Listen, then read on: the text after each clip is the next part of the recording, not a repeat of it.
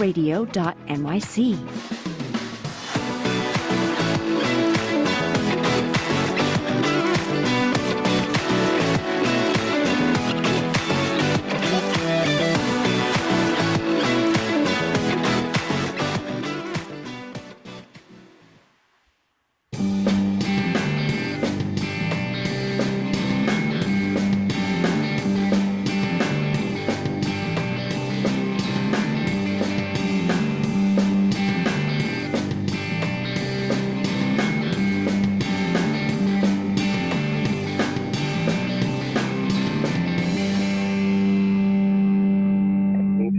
We are back. Your boy Tommy D back in the attic, again. The show is Philanthropy and Focus. Your friend, the one and only, and I know it's one and only because I made it up, the one and only nonprofit sector connector. Although I have told you lately, I have been deputizing other nonprofit sector connectors. Maybe there's a training course on how to be the nonprofit sector connector. I don't know, but I'm having a good time with this. I always tell you, the show, let me go back. Philanthropy and Focus, Tommy D, nonprofit sector connector. We did all that. Now, let me tell you a story. I always tell you I got to go up a bunch of flights of stairs to get to the attic. And I'm a little bit out of breath right now, not because it was a lot of stairs, but because there was a yellow crock that was stuck at the attic door. And I kept trying to close the door, and I didn't know there was a crock there. And I moved the yellow crock, and then I closed the door, and it got stuck again. So that's why I'm a little flustered, and I'm a little excited. Neela, good morning. What's going on? Good morning. It's Friday morning, so it is Friday. TGIF. It's been a week. 100%. We got a lot to cover today. What a very special conversation and important organization, which we will get into. I promise you, that's what the show is all about. Here's what I need to make a shout out to two of my colleagues and business partners in a new venture for us called the Philanthropy Network of New York. Yesterday, we did the first ever unconference. It was out there in Comac at the Hamlet. We had about 200 people and dozens of vendors, and it was all about choosing you. And I got 3 or 4 pages of notes. We had some incredible speakers. The Philanthropy Network in New York, for you all who don't know yet, look, it's the newest thing that I'm involved with. It's so on brand. When I met my 2 partners, Liz and Kim, I'm going to shout out our website in a second for everybody. But when I met my 2 partners in this venture, what they were doing, they were only a couple months into creating and hosting these events. What we do is it's about corporate social responsibility and volunteerism. So for-profits, although nonprofits as well, can become members of our organization.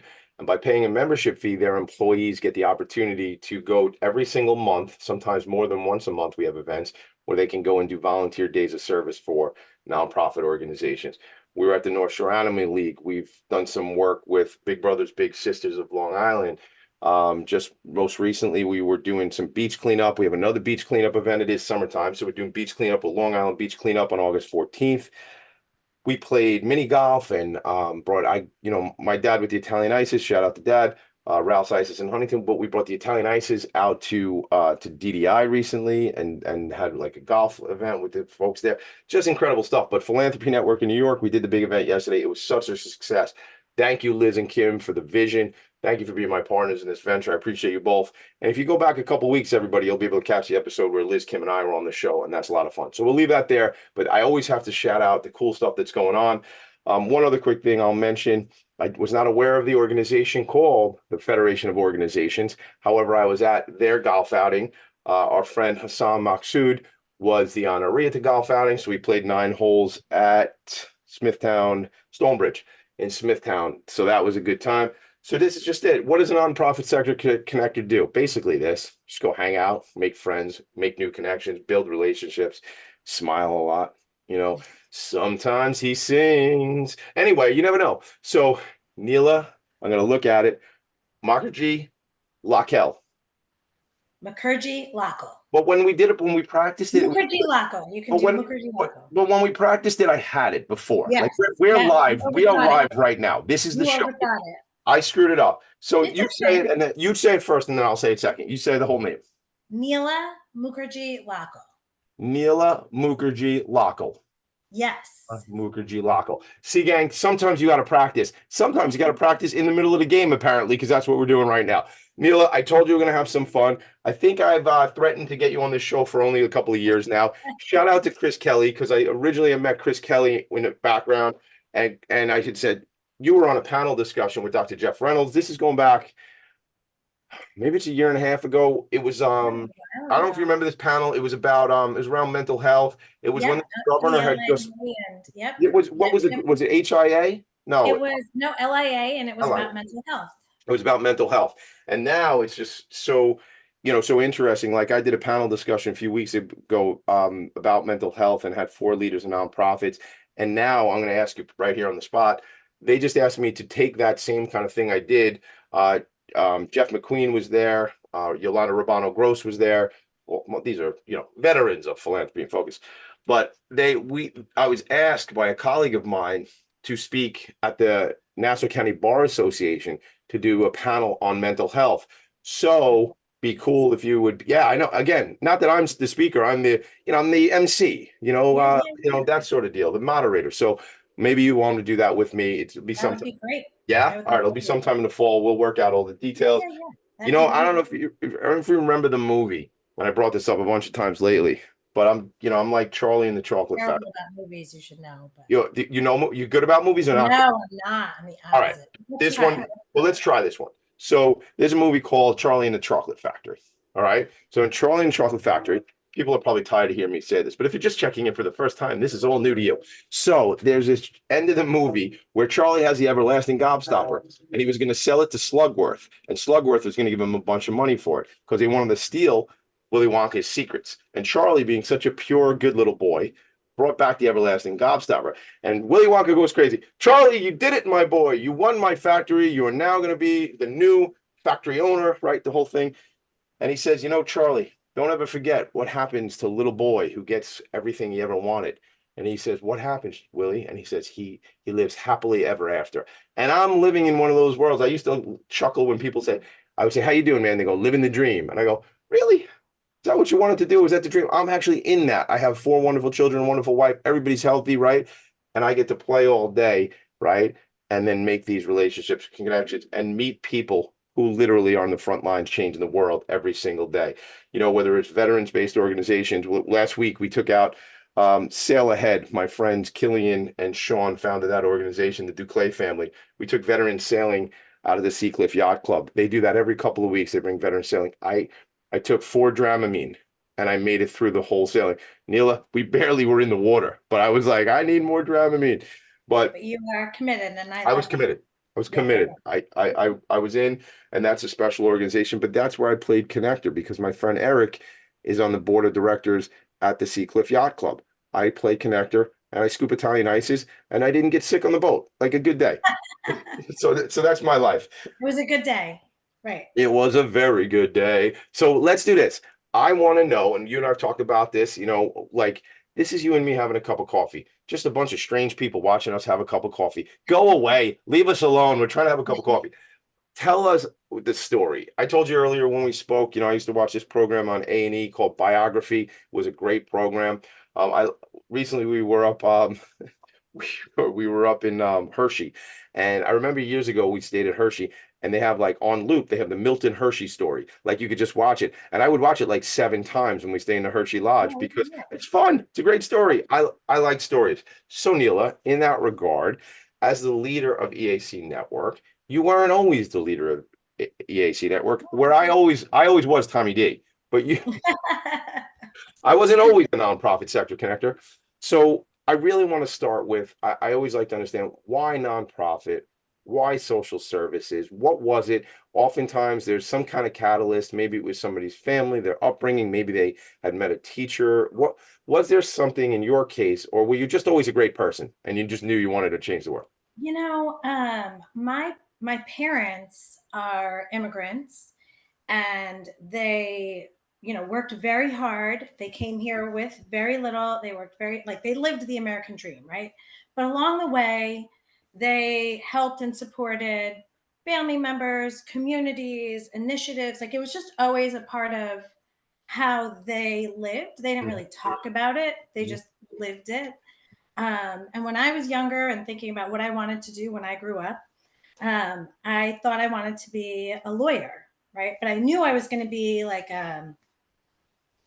I was going to be working at legal aid. I was going to be working with on behalf of children who had been abused. I didn't know exactly what it was called at the time, but I knew I wanted to go into like that kind of Oh, social save the world. justice, right? Yes, Right. save the world law, Yeah. right? Right on. So I go to college. I think I start as a poli sci major, and then I start working at a local youth shelter, at an emergency shelter, just over the summer one year as I'm staying there. And I stayed there. I worked there year round while I was in school, and I worked a lot. Right, it was a part-time job, but I could take as many shifts as I wanted. I worked a lot, and I learned so much. But the thing that I learned was I learned about this profession called social work, right? Like I didn't know social work as a career path when I was growing up, right? So I'm also daughter of Indian immigrants. So I was going to be a lawyer or a doctor, or Yes. I had a couple of very clear set Yeah, it was all paths. figured out. It was pretty much figured out for you, right? Yeah, right. And so I couldn't stand the sight of blood. So naturally, I was going to be a lawyer, right? So I told my parents I wanted to switch to become a social worker, and they're like, "What are you talking about?" But I was in it, right? Like I found my calling. I knew sort of what bucket I wanted to be in, what world I wanted to be in. So Mm. I stayed there. I came back to I'm from New Jersey. So I came back to New Jersey, was working in the city. I worked at a variety of different places, but a lot of my career had been working with very high risk young people, right? Young people who are homeless, in various systems, very street involved, gang involved, Wow. young people, and from 12 to like 25 years old, right? I'd done a couple of other things, working with in HIV and AIDS and in homelessness, but really mostly with youth, and it was amazing. I became a social worker. I did clinical work for a little while, and I burned out of that. Right, Hmm. Hmm. it really took a lot out of me, and so I love clinical social work. I love all that work, but I cannot do that stuff. And I realized I was a better administrator, right? Hmm. So I moved out to Long Island at some point. I started working on Long Island. I actually, EAC Network, which is where I am now, was my first job on Long Island when when I stopped working in the city. So I Where? was So in, let's go back. So where? So you were? Where did you grow up? I grew up in New Jersey, Okay.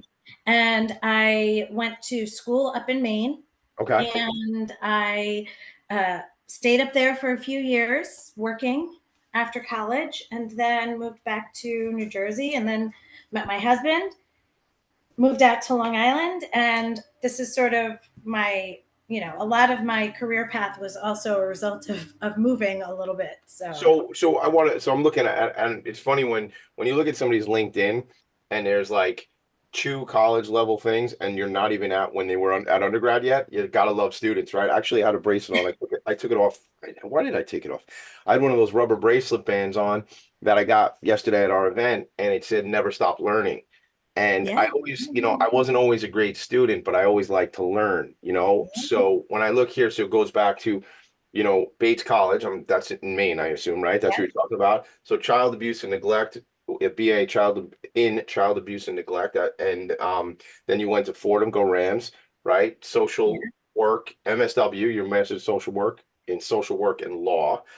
Still maybe tracking towards that legal field, then maybe, right? Maybe. Well, I have always been interested in and fascinated by, and especially the intersection of social work and law Yeah. specifically. Yeah, you have to. I want to get you connected to my friend Maheen Kaleem. Maheen's with an organization called Grant Makers for Girls of Color. She's an attorney. Yeah, awesome organization. I think you guys would dig each other. And Oh, sorry about that. okay, that's all good. It's all good. That's the show, baby. It's live. Things happen right here in Philanthropy and Focus on Philanthropy and Focus. But we'll get you connected to Maheen at some point. Grant Makers for Girls of Color. We I'd met. Yeah, when we met, when I was doing some more education learning at the Institute for Nonprofit Practice, I was the only person who was not like in the work, so to speak. I'm a consultant to folks, right? But most of the folks I met with, were inside of organizations doing the work. And Maheen has been on the show. She came back and did something with me for the nonprofit resource hub. So there's a lot that you guys I think would connect on and get connected on. But I see then you were at Adelphi, the Center for Nonprofit Leadership, which I've hung out with that group for a little bit. There was you know, used to go visit with them. In fact, one of your colleagues, I think, who I think is, you know, probably more than a colleague, because you got a lot in common, is our friend Renee Daniel Flagler. You know, and Renee, I think, might have put me on to the team at Adelphi. And then you also got your Masters of Public Administration in Nonprofit Management from NYU, the Robert F. Wagner Graduate School of Public Service. So you bounced around. You got, I might have had the dates out of order, but you've been, I mean, you're always learning. I liked school. You know, I was, once I found my path, I was, you know, I was on a mission to learn everything. Lifelong learner, 100%. I know it. I know it. Yeah, I get that. I think that's what we all need to be. And it's certainly, you know, as people who are in the nonprofit space, it's about that. It's about making the connections and bringing knowledge to other people, right? I mean, that's a big part of it for sure. For sure. So we're going to go to a quick break. We come back. I want to talk a little bit more about your journey. You know, now the physical journey, right? You get out to here at Long Island when you start with EAC Network, and then we're going to get into, you know, where you go from there, and then how you end up back here leading the organization. How's that sound? Sounds perfect. All right, we'll be right back, everybody. Philanthropy and Focus. Neela and Tommy D in the attic. Right back. Are you a conscious co-creator? Are you on a quest to raise your vibration and your consciousness? I'm Sam Leibowitz, your conscious consultant, and on my show, The Conscious Consultant Hour, Awakening Humanity, we will touch upon all these topics and more. Listen live at our new time on Thursdays at 12 noon Eastern Time. That's The Conscious Consultant Hour, Awakening Humanity, Thursdays 12 noon on talkradio.nyc. Are you a high-achieving, growth-oriented leader? Are you interested in developing your authentic leadership while creating a healthy, inclusive workplace? Hi, I'm Dr. Mira Brancu, host of The Hard Skills on talkradio.nyc at 5 p.m. Eastern on Tuesdays, where we discuss how leaders develop the hard skills needed to make a greater impact. We interview experts, have live coaching, and tackle these challenges. Listen to The Hard Skills on Tuesday at 5 p.m. Eastern on talkradio.nyc. Are you a business owner? Do you want to be a business owner? Do you work with business owners? Hi, I'm Stephen Fry, your small and medium-sized business or SMB guy, and I'm the host of the new show, Always Friday. While I love to have fun on my show, we take those Friday feelings of freedom and clarity to discuss popular topics on the minds of SMBs today. Please join me and my various special guests on Friday at 11 a.m. on talkradio.nyc. You're listening to Talk Radio NYC. Uplift, educate, empower.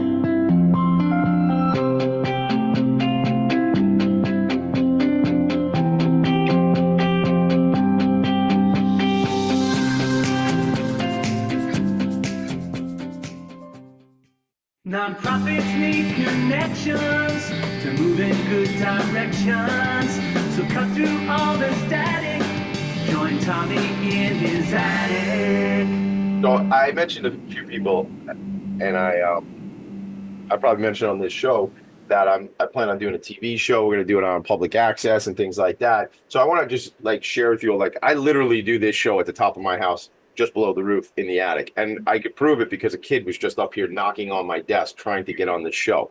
I mean, it's a child he's one of my children, but I go, dude, you can't be on the show. He goes, I'm the nonprofit sector connector. And I go, dude, go downstairs. That's the reality of what it is like. You know, that's what this is. So maybe it's time for me to leave the attic. It's time to fly. All right. So the organization is EAC Network. Go to the website, everybody. I will share it when we go to a break again, but go to eac-network.org.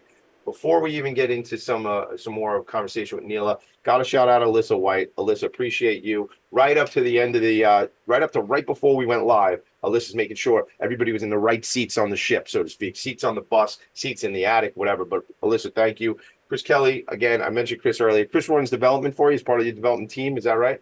Yep.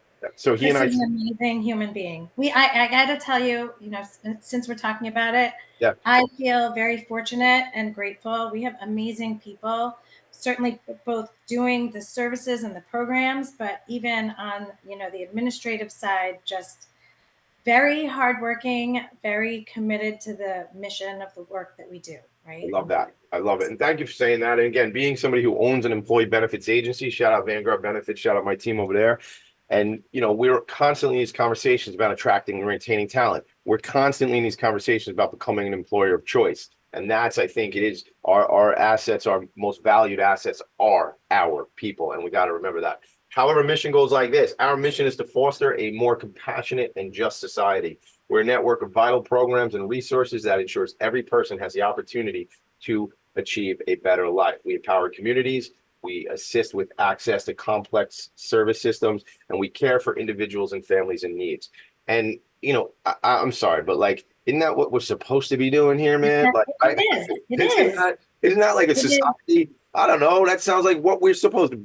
However, I argue this all the time. If it wasn't for nonprofit organizations, the empowering communities, assisting access, right, and caring for individuals oftentimes doesn't happen. It is the people who run, lead, and are on the administrative team, from the man or woman who's cleaning the office to the person at the C level. Those are the people who are making it. The fact is that the work that we're doing is vital, right? People need these services. They need this assistance, right? And if they don't get it, if they don't have it, quite frankly, whether it's EAC Network or any of our partners in this sector, right? The work that we're doing is really helping people to move forward with their lives. And by moving forward, that's how they are part of our economy. That's how they are part of our communities. That's how we move forward progress, right? That's how we get things done in the world, right? Yeah. 100%. It's our peers, it's our employees, it's our labor force, it's our neighbors, it's our parents, it's our kids. Everyone is fighting a battle you know nothing about. I love that phrase. Kind always. I love that. That's Robin Williams. I love it. I say it all the time. When we had this event yesterday, it was all about choose you and reboosting and revitalizing at Philanthropy Network in New York. When we had the unconference, it was about that. It's about that whole oxygen mask thing, which has become cliche, but it's real. Those things are real. Take care of you. And I'm not speaking to just all of you. I'm talking to Tommy D as well. Guy, pay attention to yourself. You need that. All right, let's go back a second. We go back, we go forward, we go back, we go forward. That's great. Welcome. My brain works too. Good. See, it's a beautiful brain. That's what my coach tells me. So, so here's what we do. You said when you first came out to Long Island, you were working at EAC. In what capacity? So I was working in the supervised visitation programs, and I was creating the Long Island Parenting Institute, which is a program to provide education to parents of young children and teens. And, we used to say that, children don't come with a manual, right? So just this idea of taking the time to learn and to pay attention to and to understand best practices, and also to help families who were in conflict or perhaps justice involved to really achieve certain goals and meet milestones. Yeah. I mean, my father-in-law is notorious for saying that you didn't come with an owner's manual when he was talking to my wife and her brother. But I'm in it, man. I'm living this, and I'm still trying to figure out who Tommy D is. So the fact that I procreated 4 other human beings, and I'm I'm still trying to work through me, man. So, but I think we all are, man. We're working progress. Right? Wet cement, wet clay, man. We're trying to figure it out. So I love the fact that goes back to the education and the learning. When you're part of creating that, we don't know what the heck we're doing as parents, man. I get it. That's a spectrum like any other spectrum. Some people got it all figured out. No, they don't. But some people but some people are further down the line than others. But I'm telling you, man, I'm constantly, certainly when you have kids with different abilities, or maybe you got a little bit of the ADHD brain in the house, certainly one in the attic, but you might have one in other parts of the house. And it's about, understanding that and how to relate and how to support those things. So, we don't how you know that it's okay that you feel crazy some days, right? You're not alone. This is exactly what happens. And you're tomorrow could be better, right? Tomorrow will always be better. Absolutely, 100%. Now you're gonna make me sing from Annie. Tomorrow, tomorrow. I've never sung this much like in a whole season of this show, and I've done like in the first segment and the second segment, we're singing a bunch. Found your voice. I found my voice. I'm gonna take singing lessons. I've been threatening the world with that, and the world will be like, "No, thank you," because you're killing us with that voice already. So here's what. So you're out there, you're doing this Parent Institute, right? And then but then you end up leaving at some point. Where'd you go? So I got pregnant, and my baby came early, and so I needed to just sort of my life and my priorities all changed overnight. And my son's great. He's amazing. He's 16. He's a beast. He's wonderful. I'm so grateful. But it was a rough go for a while, and so I did some part-time work and I did some consulting, and then I ended up going to Adelphi, and I ran their continuing ed for social work department. So really putting together trainings and certificate programs. And the best part about that job for me was meeting nonprofits across the island, because I met everybody, and I met some of the leadership, but I met the social workers, I met the staff, right? And so I was able to build a lot of great relationships there, and I got trained. I had so much, I've learned a little bit of so many things, right? So then I left there when I had my second child, and decided I missed working in organizations, right? Like I didn't really want to work at a university. That's not, I was too far removed from, by this time I was a little bit, done from the clinical work, right? I was a little burnt out from that, but I miss working in organizations, right? I like social justice. I believe in social justice. I like the work that nonprofits do. So it took a while. It was I had 2 babies at home, and it was a challenging period of time, but I ended up getting involved in a local anti-bias task force in Brookhaven. I started to meet people. I ended up so Girls Inc. had been established, but without leadership, right? It just sort of was living, right? It was sort of an entity. And there was a woman who had been hired as an ED who brought me on as a board member, and then she resigned. So she was there for like a very short period of time. And I transitioned into the ED, and that was really, it was amazing, right? Wait, 1 second. You went there to be a board member? Yes. So sometimes of an organization that had been founded for a couple of years, but had really not been active, right? Yeah. Like they had really struggled to operationalize the work, right? And so it was just starting, and I ended up taking the reins, and it was a crazy time because we had no money, right? We were an organization with no money, really, and trying to make things happen. And it was an amazing time. It was a great time to be a girl. So I was able to really grow the work and grow the organization and build some infrastructure. I had amazing people around me. And then I was, including Renee, by the way. He's incredible. Yep. And then I was like recruited to the Red Cross, and it was a little bit of a divergence, but it was a little bit of like, how do you not take this opportunity? Yeah. The Red Cross, right? It was just it felt so, it just felt massive, right? Yeah. And so, and at that point, Girls Inc. was in great shape. Right. I wasn't necessarily looking to leave at all. I was, you just go, I just got this set up. We're in our stride now, man. Let's go. Yeah. It was amazing. Right. There was so much momentum and so much great stuff. And it was heartbreaking, bittersweet, really, to leave. But it was also a great opportunity. And I loved being at the Red Cross. I learned so much. The organization itself was great to me, right? It gave me a lot of support. I was part of their internal leadership program. There was a lot of great opportunity, but at the end of the day, a lot of that opportunity would mean leaving. Yeah. Right. It would mean leaving Long Island. And I wasn't doing that. Right. This is my home. This is all my roots are here. My kids are here. community is here. You know, it took me a long time to find friends out here, and now I have them. And I wasn't leaving my family. You Yeah, no know, kidding. Of course. Yeah. you know. So is that so? I want first of all, we drop in this name Renee Daniel Flagler, who's the current executive director of Yes. Girls Inc. of Long Island. Fabulous.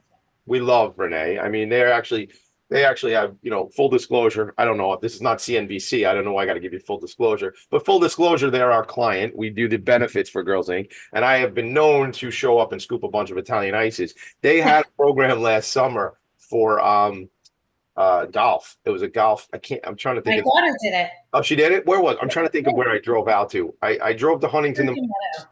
I drove to my dad's place in Huntington, Ralph's Italian Ices, New York Avenue. Tell me no Tommy D. I don't know if that'll work. Give it a shot.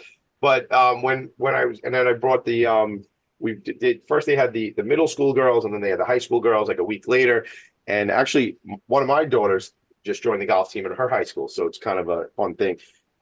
They had a cool event on right around Father's Day. We couldn't pull it off because of my schedule, but I had golf. I couldn't either. A Top Golf, where yeah. So wanted to do that. So listen, you can't do it all, but we love Renee. We love Girls Inc. Strong, smart, and bold. Strong, yeah, hard. Strong, smart, and bold. I love that. I think I got a lot of Girls Inc. t-shirts and stuff. But so there's a lot of things I'm writing down. Burnout, moms in profession, like because you brought that up, and then internal leadership. These are some things I do. These are themes that are coming up for me. Hopefully we'll have a chance to go back to them. We are going to go to break. It happens a lot, but we go to a break. You come back. We're leaving the Red Cross and we're going somewhere else, right? Yes, we are. Let's just keep them on the edge of their seat. We'll be right back.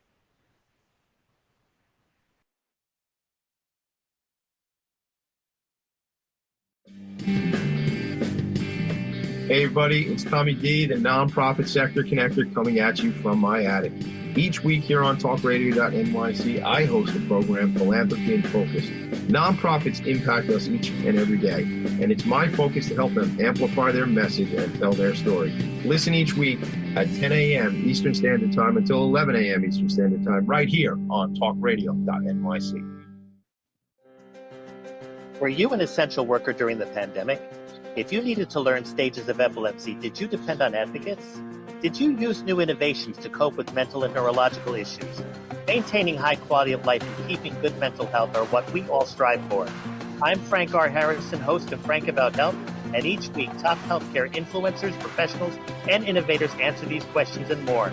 Stay tuned on Thursdays at 5 p.m. on talkradio.nyc, and I will continue to be frank about health with all of you. Are you a business owner? Do you want to be a business owner? Do you work with business owners? Hi, I'm Stephen Fry, your small and medium-sized business or SMB guy, and I'm the host of the new show, Always Friday. While I love to have fun on my show, we take those Friday feelings of freedom and clarity to discuss popular topics on the minds of SMBs today. Please join me and my various special guests on Friday at 11 a.m. on talkradio.nyc. You're listening to Talk Radio NYC at www.talkradio.nyc. Now broadcasting 24 hours a day.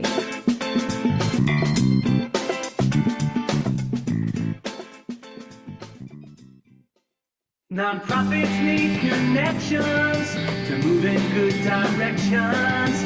So cut through all the static. Join Tommy in his attic. Listen, if you don't want to hear me sing, you can listen to Brendan Levy sing. That's my Uncle Brendan singing that theme song that we wrote together, and he sings. And I actually saw his band. They played out. They have, listen to this, Neela. They have a group called, back in the 90s, they had a record deal, and they were called The Goods, right? But since they're old men now, they now call themselves Damaged Goods. So my gosh. Isn't that great? That's great. I love it. It's fun. We saw them at Docks out in Island Park on Saturday night. Good time. But thank you, Uncle Brendan, for writing that song. All right, so let's jump into this. First of all, I was just sharing the website, EAC-network.org, right? That is your destination from the journey you and I have been taking for the last 19, 20, 25 minutes. That's where we end up at this point. But I noticed as soon as so John's Crazy Socks made EAC Network socks. Shout out to Mark and John. Love those guys. They are the best. They are the best, and those socks are so adorable. And I love them. I gotta get some pairs of those. I'm thinking shout out to Carol Cronin, shout out to Mark and John Cronin. We need some Tommy D nonprofit sector connector socks. Let's talk about it. All right, we got to work that out. You get to this now. You're at Red Cross. You could have continued, like you said, down the leadership track. However, that takes you off the island. Really not part of the equation for you. No. What happens next? So I I was rolling along. I was doing it, right? I loved my job. It was COVID, and I saw that EAC Network was hiring for a new leader. And I'll tell you that many, many years ago when I left, I've always stayed in touch with people I worked with at EAC. I've always followed the organization. I think the organization has always done amazing work. I came here very intentionally when I came here 20 years ago. So the opportunity to throw my hat in the ring was just too great, right? Yeah. So I did. Yeah. And it was a long, lengthy process, and I was very grateful to get here. And, I was very frank, in my interview process. They were like, what is your 6 to 9 month plan? And, I had in some ways been thinking about it for a long time. Right. Sort of always wanted to come here, right? Like maybe 20 years. Maybe you'd been thinking about it that long. Maybe I sort of always, in so many ways, EAC does all the things that have always moved me. Really, you know what I mean? Like, yeah. It does so much work, but it does so much incredible work, and it's in all the areas that have always been, all over my scatterbrained mind, right? Sure. Like my vast interests. This has always spoken to it. So I know there's like 110 social service programs, but what can you break it down to me in maybe like pillars or something like? Yes. So EAC is a large social service organization. We break our programs down into 5 main pillars, right? So the first is children, youth, and the incapacitated. This is working with children who've been abused, minor victims of human trafficking, and then individuals who might be elderly and unable to care for themselves, and then we would become their guardian. Mm-hmm. We also provide supervised visitation for families in conflict and a variety of other programs. We have mentoring programs for kids in foster care, summer camps. Then we have our family and community. So this is where we do a lot of really community-based work. And one of my favorite things to talk about is that we install car seats in people's cars. Right? Oh, I remember that. Yeah, and we work with local precincts, and we do car seat events where we teach you how to install your car seat properly. And if you need a car seat, we will get you a car seat. And our partnership with the police departments is that if you get pulled over and your child's not in a car seat because you don't have a car seat or because you can't afford one, they will actually give you a car seat. Like that's the work that we're really fighting for. We do some driver safety classes. And then also if you get in trouble for something and you have to do community service, you might get referred to EAC, and really we'll set you up with community service and volunteer projects. So we have lots of great partners across the island, actually, just from that program alone, right? All right, so there's an area of opportunity here, and I must step in when there's an area of opportunity. Even if you haven't gotten yourself in trouble and you're not required to do community service, do you have opportunities for people to volunteer, Neela? So at EAC, there's always opportunities to volunteer. I would say that our community service programs tend to be reserved for people who are involved in the system in some way, shape, or form. But we as an agency have tons of volunteer opportunities, which I'm happy to get to as we go through. Got it. Well, I want to, so that we're only up, that was number 2. So we got, I know. I could talk for hours. So you got to keep me in check. I will. I'm trying to keep me in check. This is a tough task. So I want to get into, we'll get to it after we go through these pillars, but I want to talk about alternative to incarceration. And I want to talk about the focus on the human trafficking tragedy that goes on in the work that you all are doing around that. So number 3. So number 3 are programs with seniors. So we operate 4 senior centers in Nassau County. We provide Meals on Wheels. We do some in-home respite care. We do some nutrition programs. We have a small program providing nutritional meals to people, vulnerable individuals. So that's our seniors and nutrition. Then we have our largest bucket of work, which is really in the criminal justice and behavioral health space. So this covers our full footprint. So I should say that our programs are all 5 boroughs, Rockland County, Nassau, and Suffolk. And then we have some clients that, scatter around outside of that. But Where do you, this is your our main, catch. your main head, I hear that catching point's rather large, but your main HQ headquarters is Long Island though? Yes, it's in Garden City. All right, It's in okay. Garden And then you have like outposts, like offices around these other Yeah, markets? so we have about 27 locations, but a lot of our programs are also housed within like the courts or Okay. in various other entities, right? So like Hempstead Works, for example, which I'll get to. So criminal justice behavioral health. So we do things like alternatives to incarceration. So when people get arrested and perhaps have some kind of mental health needs, some substance abuse needs, some kind of a diversion court, we would help work with them.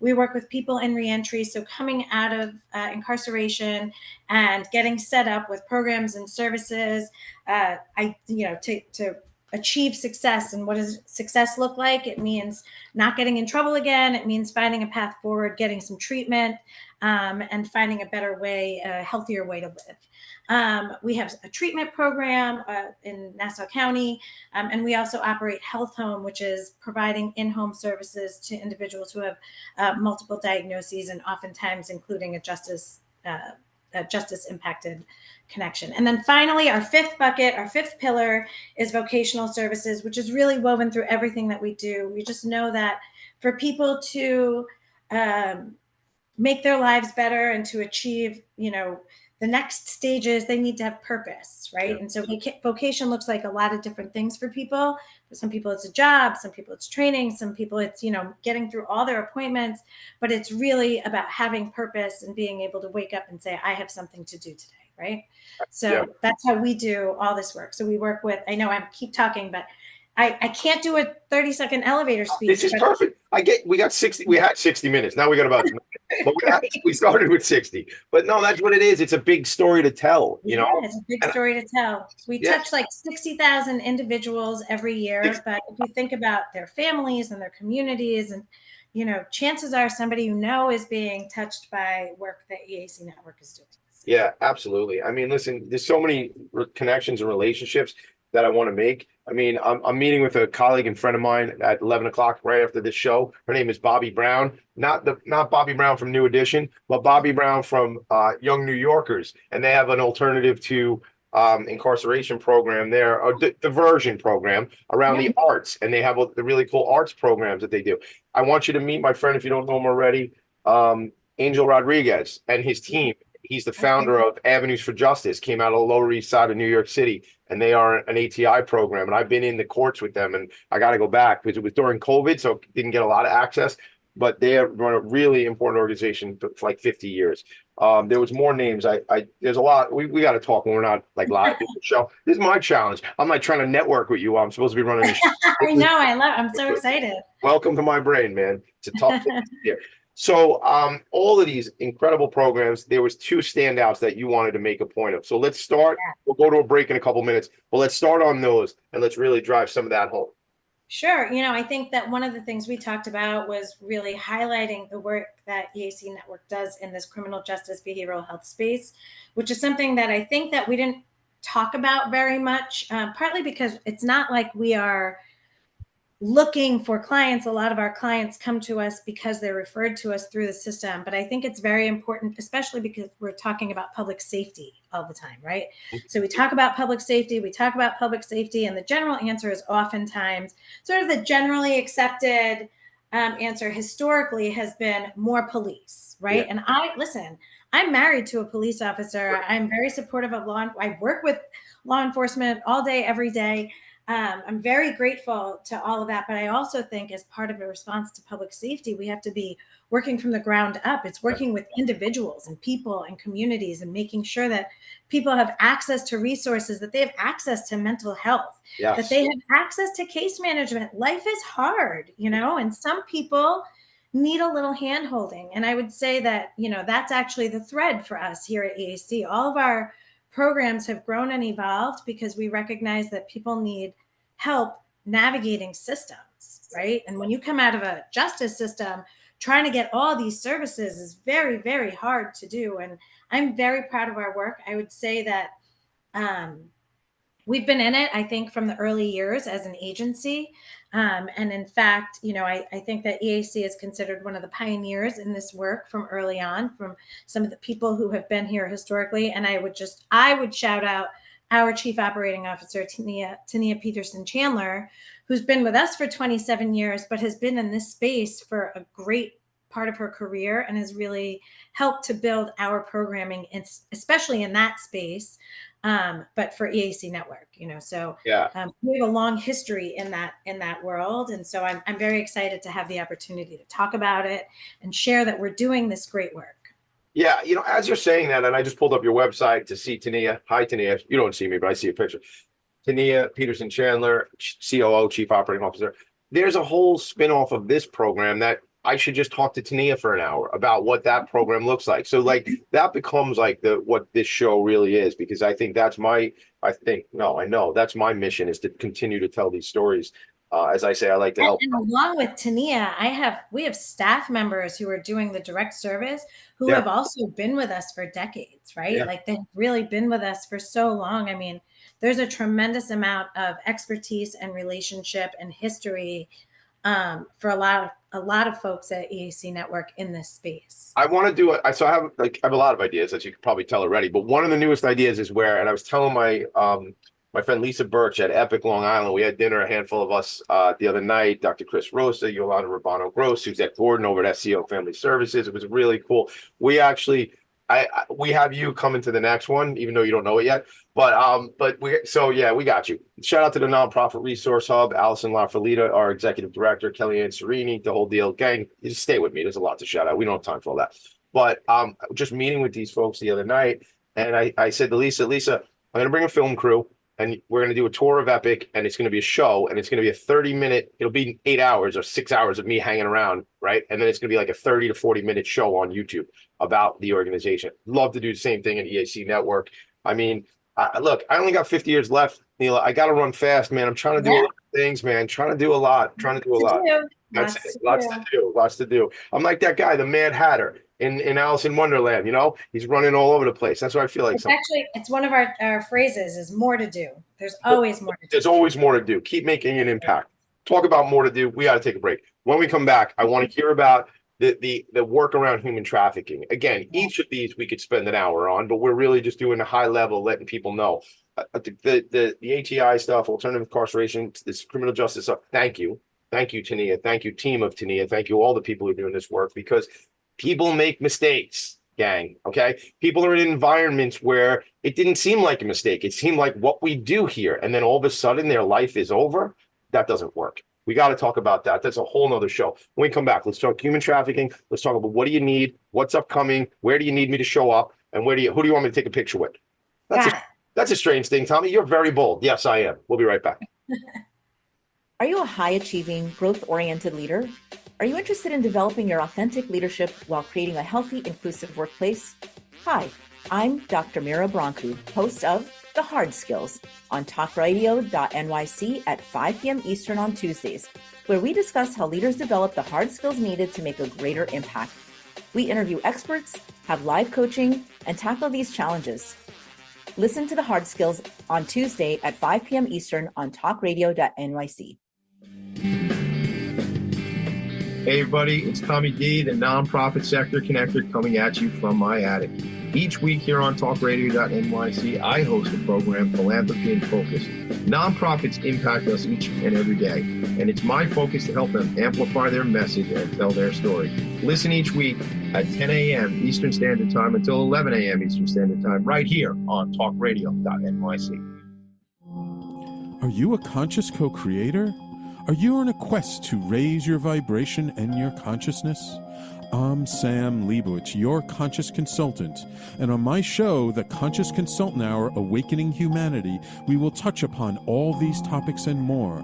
Listen live at our new time on Thursdays at 12 noon Eastern Time. That's The Conscious Consultant Hour, Awakening Humanity, Thursdays, 12 noon on talkradio.nyc. You're listening to Talk Radio NYC at www.talkradio.nyc. Now broadcasting 24 hours a day.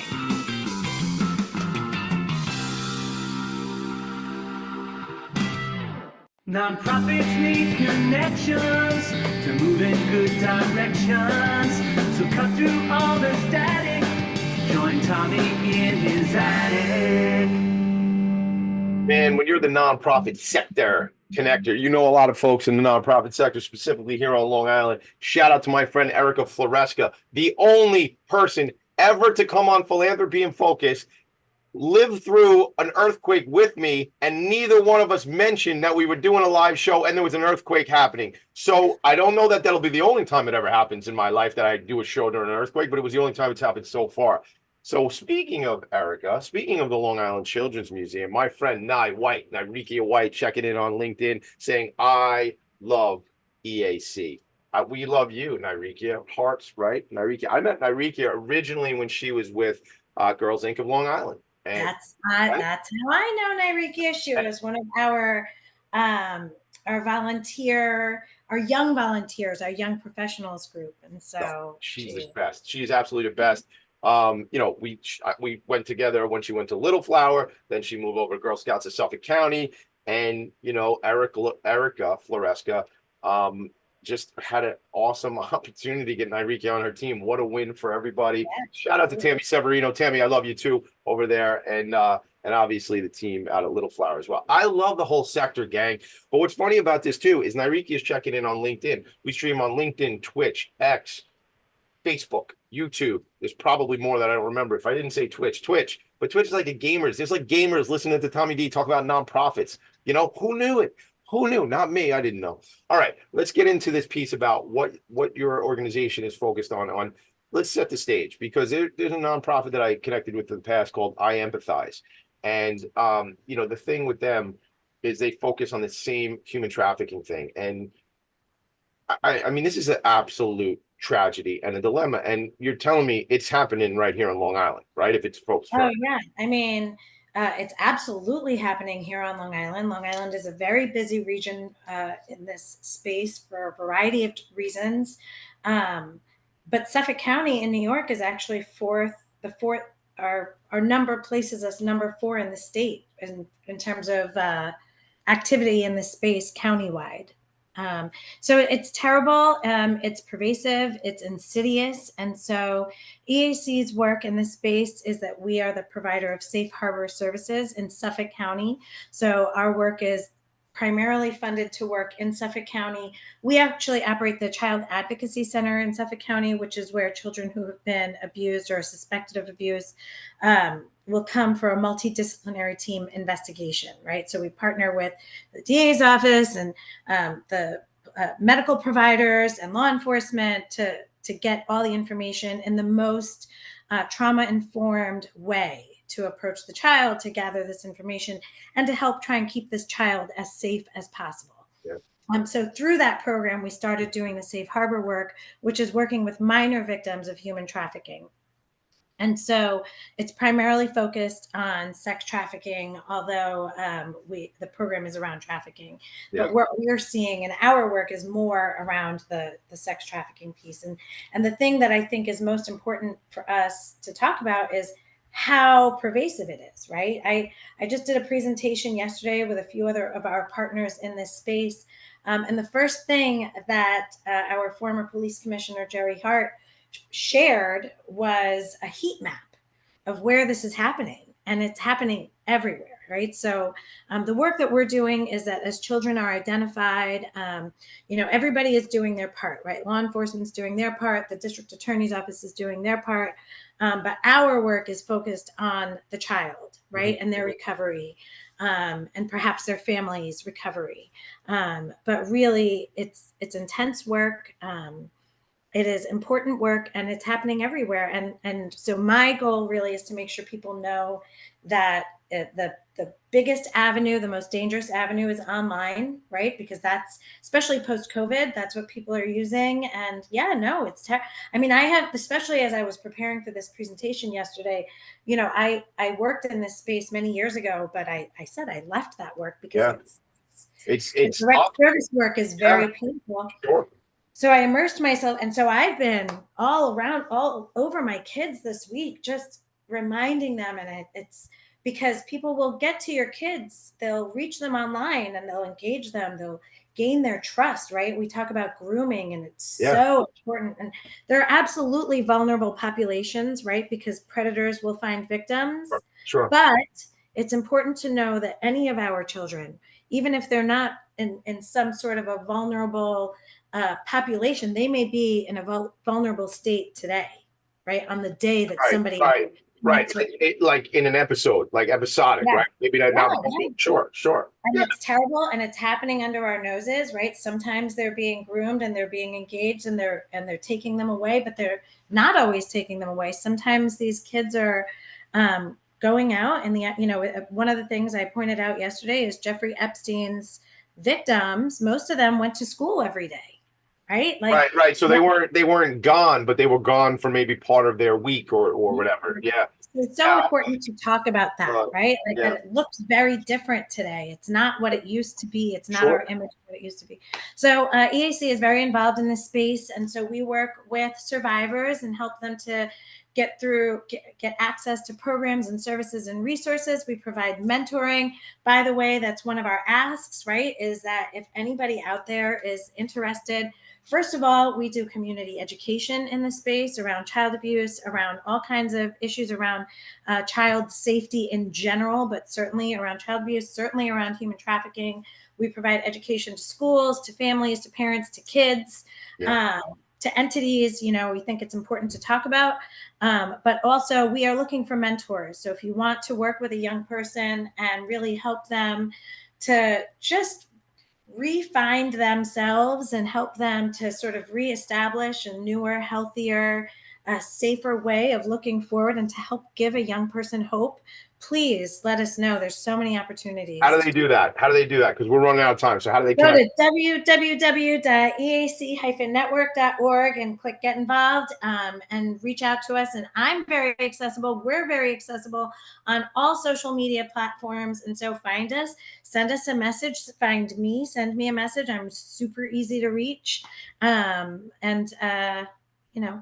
We will connect you. We are looking for you. We want you. In the last 30 seconds or so, anything upcoming that you need help on, any events, to shout that stuff out. What would the development? Sure. We have our annual gala happening on October 9th. It's the Building Bridges Gala. Building Bridges means so much to us, and it's really about the work that we're doing and the communities that we're serving. It's a great event. Our keynote speaker is going to be Melinda Katz, and we are going to be honoring New York State Senator Monica Martinez, who has been a great supporter of our work and advocate for so much of the work that we're doing in the space of protecting children. So I know Melinda Katz. Very grateful to all of them. I know District Attorney Katz for many years. I'm very connected to the Queens. Is a great partner of EAC. We work with all the DA's offices and all of our partners in the justice involved space. I love that. I'm very connected. I don't know if you know this, to the team at the Queens Chamber of Commerce. I dropped Brendan Levy's name. Yeah.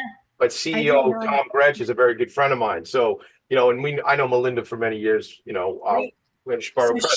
she's our keynote. I love it. So I would love to be there. So that event is October 9th, 2024, Garden City Hotel. I know that place well.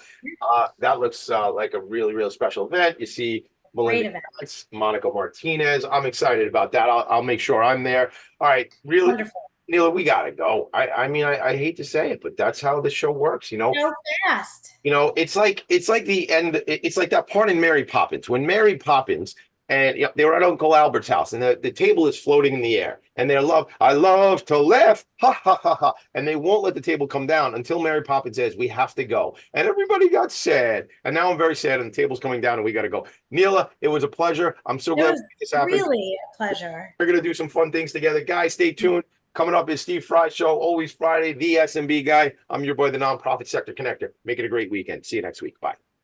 Nonprofits need connections to move in good directions. So cut through all the static. Join Tommy in his attic.